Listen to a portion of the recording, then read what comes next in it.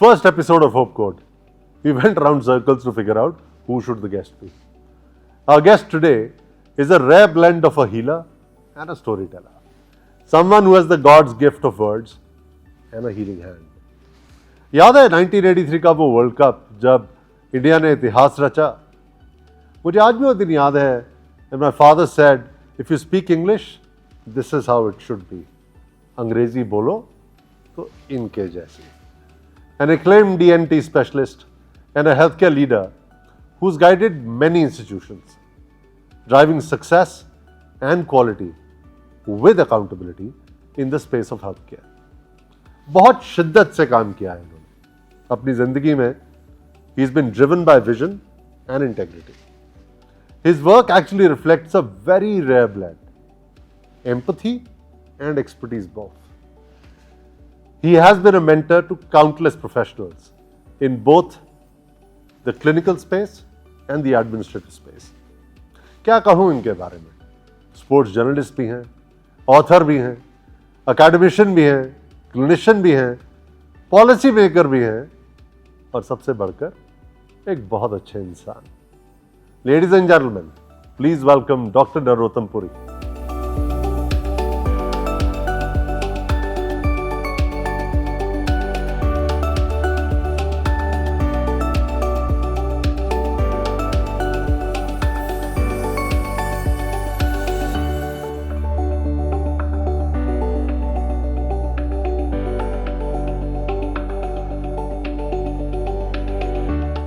Dr. Saab, so from families listening to cricket commentary on a radio set, to mohallas watching cricket on the newly received black and white TV in one village, to the journey which has possibly reached something that we call shorts today, where somebody watches a video for 10 seconds and probably knows what the entire essence is.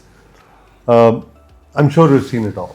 You've seen it all from your life standpoint, you've seen it all from a healthcare standpoint, a healthcare operator standpoint. How do you associate your life journey, life learnings to the changing times in India? Well, first of all, Varun, before I answer, thank you very much for having me on your show. And secondly, I compliment you, congratulate you on naming it Hope. It's a wonderful name. As regards this question, it's interesting because of the simple fact that India has transformed itself from a so-called poor nation to a developing nation and now the fourth largest economy, soon to be the third largest economy. Therefore, this change is particularly manifest when you look at the two subjects that you referred to. One is sports, because during my early days when we used to play, cricket was not a popular sport. It was the sport of the elite. Hockey was the main sport. And we had become used to winning in hockey. And secondly, today if you look at it, India is omnipresent, I would say, in many sports. Yeah. Today a Neeraj Chopra wins a gold and Abhinav Bindra wins a gold. Neither of them in hockey or in cricket. And therefore, that change is also reflected in what is happening in different aspects and different facets of life, which includes healthcare as well. So, Dr. Saab, you've lived two careers, maybe three actually. The first one is that radio and television. I don't know whether that was your first love or was it medicine? And by the way, when I first heard you on television, I did not know you're a doctor. It took me two decades post that to realize that you're a doctor when I met you in our world together. So what happened first? Medicine happened first in your mind or television happened first in your mind? So if I was to say today, first love, which one is it? When you say first love, I guess for any child or for any young person growing up, it would be playing sport, that particular sport yourself. Right. So therefore your association with that particular sport in any which way is the first love. But I didn't know that I would become a doctor. And really, Varun, the reason I became a doctor was because I was very poor in maths. So I searched for a subject which didn't have maths. Somebody told me that medicine doesn't have maths. I said, bas wahi karna hai. So you see, I drifted into maths until fourth year. I didn't know what I wanted to do once I graduated. And strangely, I ended up doing ear, nose, throat, and head and neck surgery, but it wasn't my first love. I wanted to do ophthalmology, and I topped in the university, in Delhi University, in both these subjects. And certain circumstances, let's say, led me to not do ophthalmology, despite standing first, and ended up doing this. I don't regret it, but first love, if you say, is playing myself, that particular sport, and that sport would be cricket. So very clear. Dr. Narottam Puri is a doctor first and has pursued everything else as a hobby. So Dr. Saab, let's try and get to the cross section of these two. और health care के बारे में हम बहुत चर्चा करते हैं और जनरली चर्चा भारी हो जाती है, तो कई बार दर्शकों को शायद समझ में भी नहीं आती. Not everybody is a doctor out there, so they need to understand health care in a simple way, and will try and do that आपके नज़रिए से आज क्रिकेट को मद्दे रखते हुए. कई फॉर्मेट्स क्रिकेट के आज हमने देखे हैं, T20 है, टेस्ट मैच है, वनडे है, और आपको आपकी हेल्थ को संभालते हुए हमने बहुत समय से देखा है. So tell me, how do you see health of a human being today? And what would your counsel be to our viewers today? Is it a T20 match? Is it a one-day match? Is it a test cricket match? How do you see health of a human being? Very interesting question. Fundamentally, the life of an individual is becoming longer. Therefore, it's more like a test match that you are playing. It's not measured in those terms. When India became independent, our life expectancy was somewhere around 38, 39 years. Today, it's 70 to 72 years. Yeah. So, it's obviously become a test match of life for you. Now, what has changed? There are three things in my view which have changed. The first and foremost is the delivery of healthcare systems has become far, far better. So now there are SOPs for virtually how to deliver care to an individual in established hospitals. And more hospitals are getting established type. It's a very bad term which people use derogatorily for corporate hospital. What is the meaning of corporate?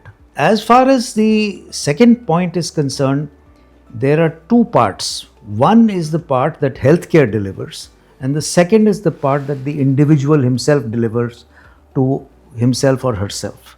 And that is where the consciousness level of my own health has become important from the perspective of education, which is far more. So healthcare education has gone alongside the education that the person is getting. So everybody now knows what I should or should not be eating. So you're conscious of what you're eating, you're conscious of the need to exercise, of burning that calorie that you have eaten, etc., etc. So that's the second part. And the third part is that the quality of care in situations where death was the only option, in as late as late 60s when I was a medical student. My father died because he couldn't get a stenting done. Those days hardly anybody was doing in government hospitals. Right. And the issue is the intensive care systems which have happened and the development of technology which has helped. I mean, they are not medical technology per se. For example, laser, it's a physics thing. You know, robotics is a physics thing. Right. Robots are not used only for medical purpose. So I think overall, these three things have combined to make health a far better chance of your surviving longer, and therefore you are playing a test match. You're playing a test match. So let me take another view. So while cricket has moved from test match to T20s, and that's how I think we've seen the evolution of the game. But what I'm hearing you say, from a health standpoint, one, we moved from 39 to 73 as our average age for the country, which is fantastic, given that the global averages are just about that number. So there's also another change that I think we see in the marketplace, is that from curative, we are also becoming a little wellness oriented. So tell me stories from your life, and you've gone through multiple procedures, if I can take the liberty of talking to our viewers today. Dr. Saab, who's sitting here hale and hearty, has actually gone through 10 to 14, I don't know what the exact count is, number of procedures in his life. Right? And the fact that you've gone through all of that, the reason for that is that you've never allowed yourself to get to a state where your dad went, which is, you monitored your health extremely well. You have avoided it being an emergency as much as possible. You have dealt with it before it becomes an emergency. So therefore, in many ways, you've introduced the concept of wellness to yourself extremely well. So what would you like to tell our viewers today? So, first of all, as far as my cardiac health is concerned, I had a bypass surgery at the age of 50, despite being an active athlete. I used to play regularly. Nobody knew what was the cause. I am not a diabetic. I became a hypertensive only recently, so I didn't have hypertension. I didn't have a massive genetic influence. I was a non-smoker. I still am. I don't drink. I never did. I was boring type of a guy. I didn't even gamble. So it was relatively a shock to me and my family that I had heart problem, which required a bypass surgery. Following which I've had a total, including the one that was done to assess for my heart condition, a total of 10 angiographies and 4 angioplasties within those 10. So, so far I'm doing reasonably well, because I feel that if I am not responsible for my own health, why should a doctor be responsible for mine? Or anybody else in society be responsible? So that's the problem with most people, that everything you put, oh ये तो government करेगी जी, या ये तो doctor का role है. नहीं है. The first role is yourself. You have got to look after yourself. If you are delegating your health to somebody else, other than in emergency or other than for a specific procedure which the doctor is required to do on you, then I think you're barking up a very, very wrong tree. So I think every individual has to take responsibility for his own health first. And I'm glad that this wellness concept, which I referred to, that people are more conscious through education, etc., is catching on, and the preventive health part is come in, because it's also necessary, because there is a change from infectious diseases, which were rampant during our younger days, to a situation where non-infectious diseases have taken over. Non-infectious diseases are products of our own creation, shall we say, whether it's pollution causing lung problems like COPD, asthmas, etc. The second is heart disease, because we smoke, we don't exercise, and things of that nature. Cancer, of course, there are many factors which result in a particular type of a cancer. But overall, I would say the move from infectious to non-infectious diseases is a massive change, which requires a collaborative effort between healthcare administrators, policymakers, patients and doctors concerned. आज की generation हमारी नजर मत लगा देना, कल मैं daddy हूँ. नजर नहीं लगा रहे हैं. हम चाहते हैं कि you continue to take care of yourself like you've done in the past.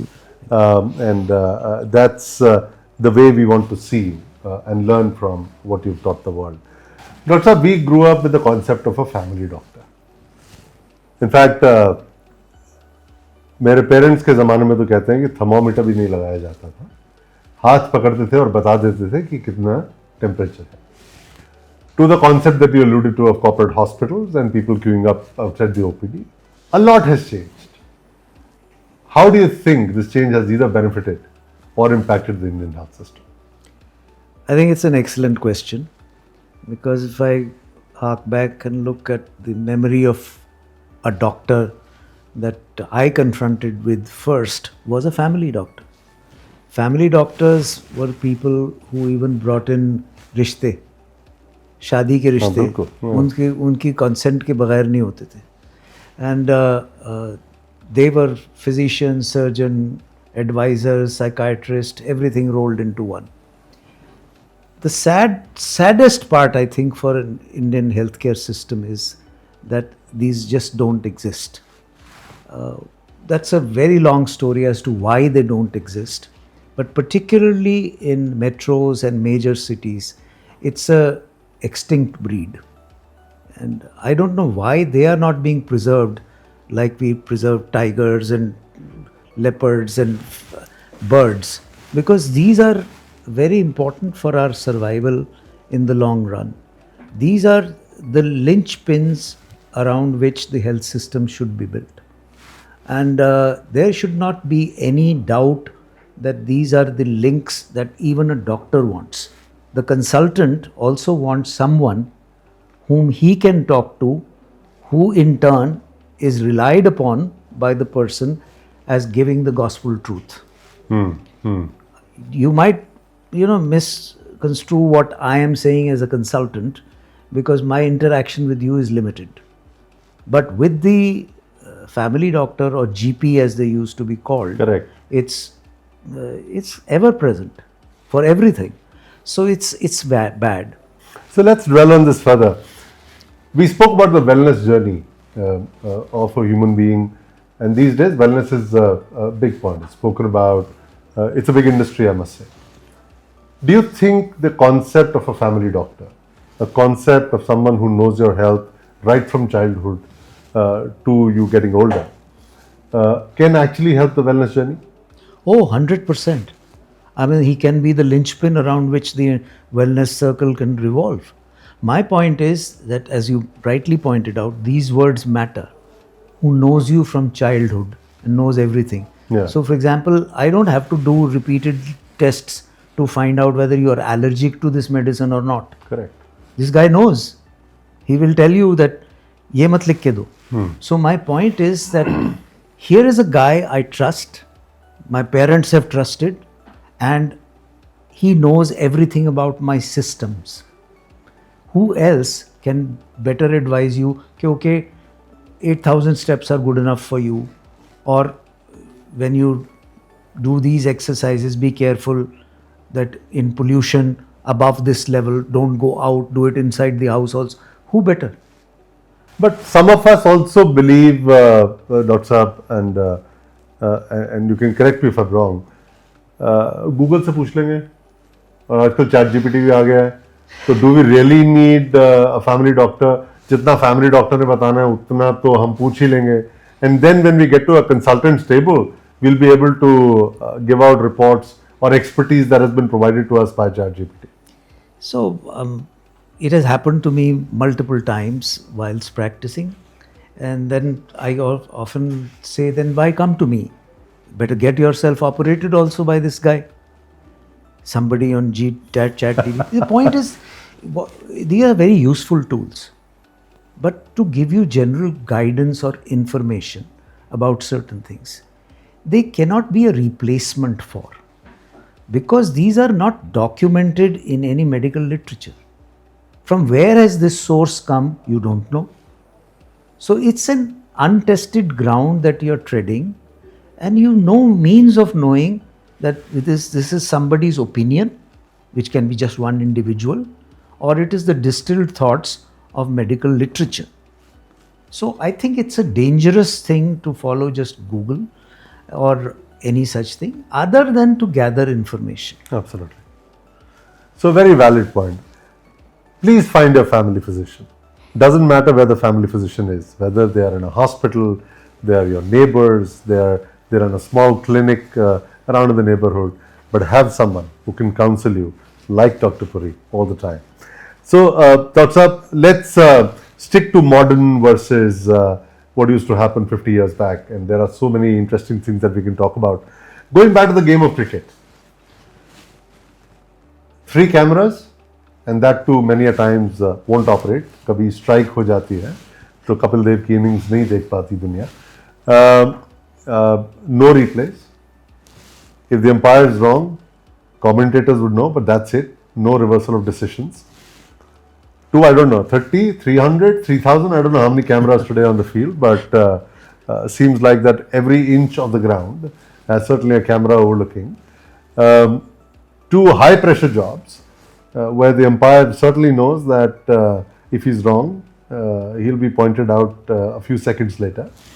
The same seems to be happening in the world of medicine as well. Accountability was induced by the surgeon or the doctor himself 50 years back. A consumer that time would consider a negative outcome as fate. To the world today, where a negative outcome will see outbursts in hospitals, sometimes adverse actions, many a times legal actions, and almost everybody seems to be having an opinion. So there's a huge change. So how do you see this medical system really being right or wrong from a patient hope standpoint? No, I think from the perspective of any improvement that occurs should be welcome. The change that has occurred, you can't work in a system where in the past youths used to say operation successful and mareez mar gaya. So as if it's not my fault. Correct. So if it's not your fault, ho sakta hai, it may not be your fault. But the fact of the matter is, has anybody done any analysis, any root cause analysis? This term RCA was not unknown. Mortality and morbidity meetings, who held? Nobody. These days they are routine. So my point is there are improvements in that direction where accountability is getting fixed, where people are learning. But overall, almost every doctor tries to do, almost every doctor, I would say every doctor, Okay. because it's illogical for anybody to think that a doctor would want you or want to treat you because he wants to kill you. Bilkul. It'll be another plot for Bollywood or Hollywood, I don't know. Because who in his right senses would not like his patient to go back healthy and well? Nobody would. So it is stupid to consider that I want a bad outcome out of this patient. Absolutely. बहुत बढ़िया doctor साहब. I think आपका जवाब जो है, I think बहुत लोग सुनना चाहते हैं शायद ये जवाब. Because today trust deficit is one of the major issues in healthcare. और आपने बहुत अच्छी बात बोली कि a doctor does not want to start the treatment because he has to bring out an adverse outcome. Right? कोई reason नहीं है उसका. तो क्या ये सही होगा if we tell viewers through Hope Code that if they want hope, they should begin with trust and not suspicion? Yeah. The best thing to do is you do your research, you talk to maybe Google or ChatGPT or anybody that you wish to talk to and find out that, okay, these are the 3 good doctors. You want to get or to. these are the 3 good accredited hospitals. You pick any one of them and then you go to them. But if you want a second opinion, you can take a second opinion. But there are others who just start going shopping, one doctor to the other. It's like law, there will be some difference in opinion. Instead of this, I will say this, a slight difference in opinion as regards whether you need immediate surgery or your surgery can be postponed, etc., etc. You've lived 2 careers. So what happened first? Medicine happened first in your mind, or? I didn't know that I would become a doctor. And really, Varun, the reason I became a doctor was because I was very... Is it a T20 match? Is it a one-day match? Is it a test cricket match? How do you see health of a human? The life of an individual is... Do you think the concept of a family doctor, someone who knows your health right from childhood to you getting older? Oh, 100%. I mean, he can be the linchpin around which the... Google से पूछ लेंगे. तो ChatGPT भी आ गया है. So do we really need It has happened to me multiple times